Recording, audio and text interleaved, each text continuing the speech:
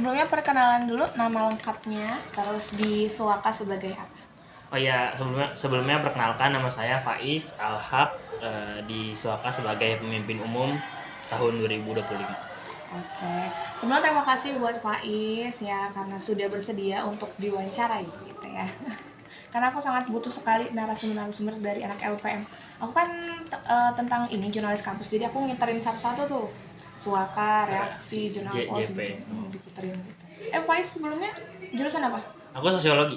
Oh, sosiologi. Iya. 2022? 2022. Oke, kita lanjut ke orang baru mulai. Kita mulai ke pertanyaan pertama. Mengapa Faiz memilih mendengarkan podcast Bocor Halus untuk mencari informasi dibandingkan podcast-podcast yang lain?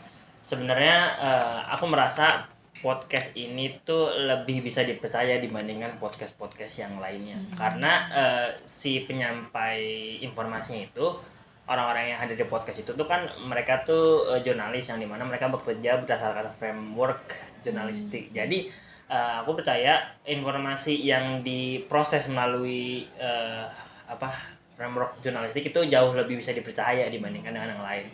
Jadi aku rasa dengan mendengarkan podcast ini informasinya lebih terpercaya dan kredibel seperti itu. Oke.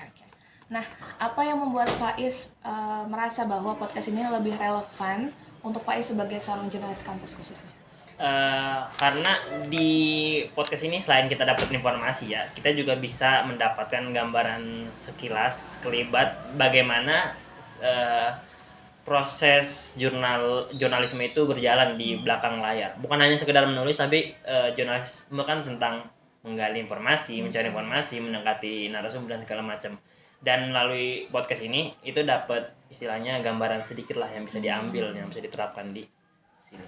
Oke, nah bagaimana Faiz sendiri menilai akurasi dan kebenaran informasi dalam podcast Bocor Halus? Sebenarnya untuk mengukur akurasi ini aku belum pernah ya, maksudnya mengukur apakah akurasi informasi yang disampaikan itu benar atau tidak. Tapi melihat dari caranya mereka, dari kedisiplinan mereka memverifikasi data, memverifikasi informasi, memberikan kesempatan kepada pihak kedua atau cover both side secara luas. Jadi aku percaya beritanya sangat akurat sih menurutku. Jadi aku pikir, dan ada beberapa memang informasi-informasi belakang ya, informasi underground yang mereka ungkapkan dan pada akhirnya terbukti benar, seperti Gibran yang diloloskan dan segala macam. Itu kan berarti kedepannya udah bisa dipercaya lah. Oke. Nah, kan kita tahu sendiri kalau misalkan konsep dari podcast Bocor Halus ini kan bahas isu yang sangat sensitif dan kontroversial itu dengan gaya bahasa yang santai gitu. Ya, bagaimana Faiz membedakan fakta dan opini yang kadang tuh terdengar meyakinkan gitu dalam setiap episode? Aku membedakannya dengan bagaimana awalnya si orang yang ada di podcast itu, si podcasternya itu menyampaikan informasinya. Semisal dia mengatakan berdasarkan info dari bla bla segala macam, itu berarti kan fakta yang sepenuhnya digamblangkan sesuai dengan apa yang didengar. Kalau misalkan kesananya lagi, itu mungkin aku harus lebih berhati-hati gitu, mana yang fakta, mana yang opini. Mungkin dari opening mereka. Berarti apakah cukup mudah atau sulit untuk membedakannya? Sebenarnya nggak begitu sulit ya, karena tidak seperti podcast lainnya yang asal nyerocos. Mereka itu pasti kayak ngasih tahu berdasarkan informan dari instansi ini, berdasarkan dari menteri yang tidak ingin diungkapkan namanya. Itu kan jadi tahu gitu. Oke, berarti mereka tuh berbicara itu by data gitu ya, nggak asal nyerocos. By data dan juga merujuk kepada siapa, jadi kita jadi tahu gitu mana yang fakta, mana yang jadi valid gitu ya. Oke. Nah, apakah Faiz merasa podcast Bocor Halus ini mewakili kepentingan publik atau hanya kepentingan kelompok-kelompok tertentu? Sangat mewakili kepentingan publik, karena dari informasi yang mereka dapat, aku rasa ada banyak kepentingan pihak yang terselip. Dan pintarnya para jurnalis Tempo itu bisa mengesampingkan kepentingan pihak-pihak terkait dan mengambil informasi yang berhubungan atau beririsan dengan kepentingan publik. Nggak seperti aku nggak tahu contohnya, tapi yang pasti mereka tuh hanya menginformasikan yang menguntungkan publik. Kalau yang menguntungkan suatu pihak seperti parpol atau suatu pihak politik manapun, mereka nggak akan angkat, dan itu sudah sesuai asas gitu. Oke, masih bersinggungan sama pertanyaan sebelumnya, apakah menurut Faiz podcast Bocor Halus ini memberikan ruang bagi pihak-pihak yang suaranya itu jarang terdengar gitu oleh pemerintah gitu, terus diangkat jadi sebuah isu? Kalau ini aku agak kurang ya, karena melihat isu-isu yang diangkat itu kebanyakan berasal dari pihak-pihak besar, pihak-pihak politik seperti istana, grip dan segala macam gitu. Cuman ya adalah porsinya untuk orang-orang seperti mereka, seperti golongan pang, terus petani, terus nelayan yang laut dari pagar ini segala macam, itu ada, cuman nggak begitu besar porsinya. Oke. Tapi mereka tetap punya andil gitu dalam menyuarakan. Justru malah podcast ini lebih ke memberikan kesempatan bagi para politikus atau para pejabat yang nggak berani ngomong secara umum, tapi disampaikan lewat situ. Justru lebih dominannya ke arah sana. Oke. Kalau aku melihat. Kita lanjut. Nah, bagaimana Faiz mengelompokkan atau mengelola informasi yang didapat dari podcast Bocor Halus sendiri? Mengelompokkan maksudnya? Maksudnya ketika Faiz dapat informasi dari podcast Bocor Halus ini, apakah dicatat dulu ataukah dicerna dulu atau langsung dipercaya atau dicek dulu ke pihak-pihak yang lain? Sebenarnya karena ini sudah melalui proses yang cukup panjang, verifikasi segala macam. Untuk menerimanya sendiri, aku nggak ngecek ke pihak lain. Cuman sesekali mengakses berita-berita pelengkap dari isu-isu yang diangkat gitu, seperti Tempo Explain dan segala macam. Jadi dan juga untuk informasi yang didapat itu aku nggak mencatat sama sekali karena memang pure. Dan juga aku kadang membedakan mana informasi yang sekedar pengetahuan, mana informasi yang berhubungan dengan jurnalisme. Jadi mana yang bisa dipakai di kehidupan jurnalis, mana yang enggak. Oke, berarti itu cara Faiz mengelola informasinya ya? Iya. Nah, bagaimana Faiz sendiri melihat upaya verifikasi atau pengecekan data dalam podcast Bocor Halus? Upaya yang dilakukan aku rasa cukup maksimal ya, sangat maksimal, karena setiap kali ada ungkapan dari si jurnalis yang mengungkapkan itu suka diiringi dengan verifikasi dari pihak lain gitu. Jadi sambil mengatakan foto fakta, terus dikasih kesempatan bagi pihak lain buat ngasih pendapatnya atau pembelaannya lewat tulisan. Yang tulisan kecil itu suka ada. Sampai menurutku usahanya cukup maksimal ya, sampai semisalkan mereka nggak menemukan datanya, nggak menemukan jawaban yang mereka inginkan, mereka menyampaikan kalau misalkan si narsum tutup mulut atau narsum menghindar segala macam. Menurutku cukup maksimal ya sampai situ. Oke. Lanjut ke pertanyaan berikutnya. Nah, bagaimana Faiz sendiri menilai independensi dari podcast Bocor Halus sendiri? Menurutku independensi pada Bocor Halus sendiri sangat tinggi ya. Itu selaras dengan nilai yang berusaha dijaga oleh Tempo. Berkali-kali khususnya para punggawa Bocor Halus itu diteror untuk digoyahkan independensinya, disogok ataupun di segala macam, yang menurutku itu cukup terjaga ya sampai saat ini. Terlihat dari pemberitaannya yang selalu lurus berpihak pada rakyat, selalu lurus mengkritik siapapun yang ada di kekuasaan. Jadi sangat independen. Oke, menarik nih tadi yang tentang teror itu tadi ya. Nah, dari episode yang pernah Faiz tonton, apakah Faiz pernah merasa ada kepentingan tertentu yang diselipkan dalam episode Bocor Halus? Sejauh ini yang aku tangkap tidak ada ya, karena menurutku para jurnalis yang ada di Bocor Halus pintar mengesampingkan informasi-informasi yang bertujuan untuk mementingkan pihaknya atau untuk menyerang pihak lain. Jadi aku rasa dalam memilih informasi, para jurnalis di Bocor Halus cukup lihai untuk menghindari hal tersebut. Oke.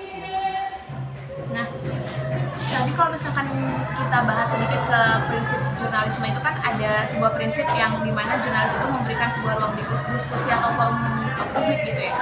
Nah, bagaimana Faiz menilai keberadaan ruang diskusi atau forum publik yang disediakan oleh podcast Bocor Halus?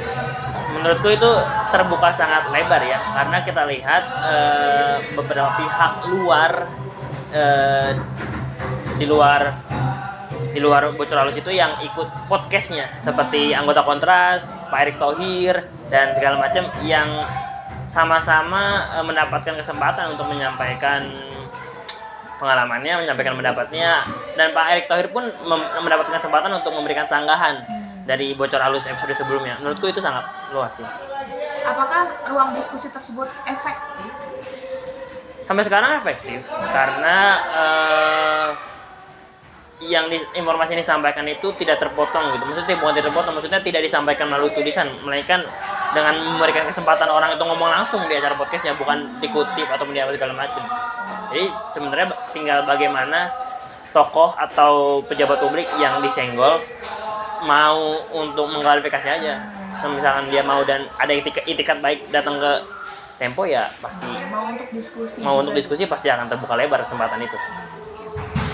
Nah, menurut Faiz sendiri di antara episode-episode yang sudah ditonton gitu ya, apakah prinsip verifikasi selalu dijalankan secara konsisten atau kadang ada beberapa yang kurang konsisten gitu? Dari awal sampai akhir aku rasa konsisten ya, karena si tulisan yang kecil itu selalu ada di setiap episode ya. Dua, secara lisan pun si para jurnalisnya selalu memberikan istilahnya cover both side yang jelas gitu, verifikasinya yang jelas dari pihak A maupun pihak B itu diberikan porsi yang sama gitu, informasinya disampaikan. Oke. Nah, dari tadi kan kita udah bahas tentang si podcastnya ya. Aku mau minggir sedikit ke para jurnalisnya gitu. Nah, gimana Faiz sendiri menilai keberanian para jurnalis Bocor Halus, dari sini kan maksudnya jurnalis Tempo ya termasuknya ya, itu mengkritik kekuasaan atau isu-isu sensitif? Menurutku titik tertinggi menjadi jurnalis adalah menjadi jurnalis Tempo plus Bocor Halus, karena politik di negeri ini masih menjadi topik paling sensitif. Satu. Yang kedua,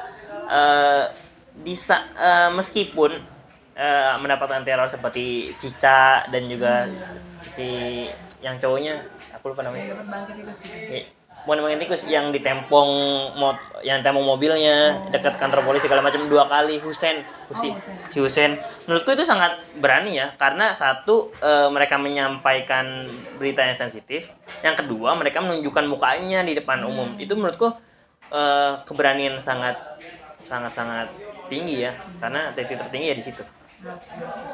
Nah, kan tadi kan kalau misalkan kita lihat dari isu-isu yang disampaikan itu, mereka juga menyampaikan kritik-kritik yang yang kadang tuh pemerintah tuh mungkin nggak sadar atau pura-pura nggak sadar gitu, kita juga nggak tahu kebenarannya. Nah, apakah kritik-kritik yang disampaikan dalam podcast Bocor Halus ini membuat perubahan pada diskusi di lingkungan kampus Merapi? Maksudnya? Jadi kritik-kritik yang ada dalam podcast itu apakah membuat perubahan di lingkup kampus gitu, diskusinya gitu, kayak misalkan apakah memantik mahasiswa untuk lebih kritis dalam berdiskusi di lingkungan kampus? Sejauh ini efeknya menurutku belum sampai ke kampus ya, karena intensitas diskusi ini yang aku tahu ya, sedikit yang aku tahu, intensitas diskusi, intensitas aksi itu masih sama dari sebelum yang sudah Bocor Halus ini viral mungkin ya. Jadi menurutku belum sampai. Mungkin karena sedikit kali ya anak UI yang nonton Bocor Halus. Oh, iya. Betul. Nah, apa lagi ya kita tanya ini nih. Gimana Faiz menilai proporsionalitas dan kelengkapan informasi dalam Bocor Halus? Apakah sudah sesuai dengan kode-kode etik jurnalistik atau ada beberapa yang belum sesuai menurut Faiz? Menurutku sejauh ini sesuai ya. Karena pihak si jurnalisnya itu selalu mengusahakan untuk istilahnya mewawancarai pihak terkait. Jika tidak bisa pihak si terkait atau orang terkait, setidaknya orang terdekat, maksudnya, dan juga selalu memberikan kesempatan dua pihak untuk informasi disampaikan. Jadi aku rasa proporsionalnya terjaga. Nah, pernah nggak Faiz nemuin topik yang kurang dapat porsi yang layak gitu, maksudnya dari segi kebenarannya, dari segi dari segi proporsionalitasnya, pernah menemukan nggak? Sejauh ini belum ya, karena mereka cukup disiplin dalam verifikasi, cukup disiplin dalam cover both side, jadi aku rasa sampai sekarang aman. Oke, nah masih bersinggungan sama tadi tentang keberanian seorang jurnalis bocor halus. Bagaimana Faiz melihat adanya tanggung jawab moral yang dijalankan oleh seorang jurnalis di bocor halus? Apakah sudah sesuai dengan tanggung jawab moral sebenarnya sebagai seorang jurnalis? Aku rasa mereka mengejawantahkan tanggung jawab moral itu dengan sangat baik ya, terutama dengan menambah bocor alus sebagai salah satu media mereka untuk menyampaikan berita yang mereka kumpulkan. Itu sangat elegan karena itu bisa mengajak orang-orang yang nggak suka baca berita lebih suka podcast, jadi ikut kritis terhadap pemerintah dan juga menjaga pemerintah itu tetap akuntabel. Jadi aku rasa dalam menjaga tanggung jawab moral ya tertuang dengan baik di bocor halus seperti itu. Nah, bagaimana menurut Faiz bocor halus itu menjaga relevansi dan keterlibatan audiens, khususnya kita sebagai jurnalis kampus? Relevansinya maksudnya mereka tuh ngangkat sebuah isu tapi relevan gitu sama kita sebagai jurnalis kampus. Kalau yang ini aku rasa tidak relevansinya sama sekali ya. Aku rasa karena mereka bertarung di ranah nasional, sedangkan kita yang ada di Persma ini berkutat di ranah Bandung paling tinggi di Jawa Barat dan juga lebih banyaknya di kampus. Jadi isunya agak kurang mungkin. Oke. Terakhir. Sebagai jurnalis kampus, bagaimana Faiz menilai penerapan prinsip-prinsip jurnalisme dalam podcast Bocor Halus? Apakah sejalan atau justru bertentangan dengan standar jurnalisme yang ada di LPM kampus? Menurutku sejalan karena satu, mereka selalu di pemberitaannya selalu berpihak kepada rakyat. Artinya mereka tidak mementingkan kepentingan penguasa dan juga justru menggerogoti atau menggigit penguasa untuk kepentingan rakyat itu. Terus juga mereka selalu disiplin dalam verifikasi dan serta mereka memberikan kesempatan seluas-luasnya untuk publik ikut diskusi seperti itu. Berarti memang sudah sejalan gitu? Sudah sejalan, sangat sejalan. Oke, semua pertanyaan sudah beres, sudah kerasa. Berapa menit ini? 17 menit untuk seberapa pertanyaan? 25 pertanyaan. 25 menit ya, Di sini 25 tapi nggak aku nggak aku sebutin semua karena udah ada yang dijawab di awal ataupun udah tergabung sama yang lain.